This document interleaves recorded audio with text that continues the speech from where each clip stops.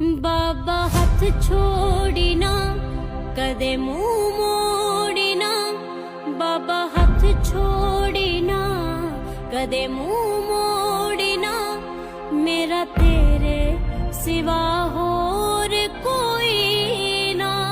मैं हाँ चाकर तेरे दर्दी तू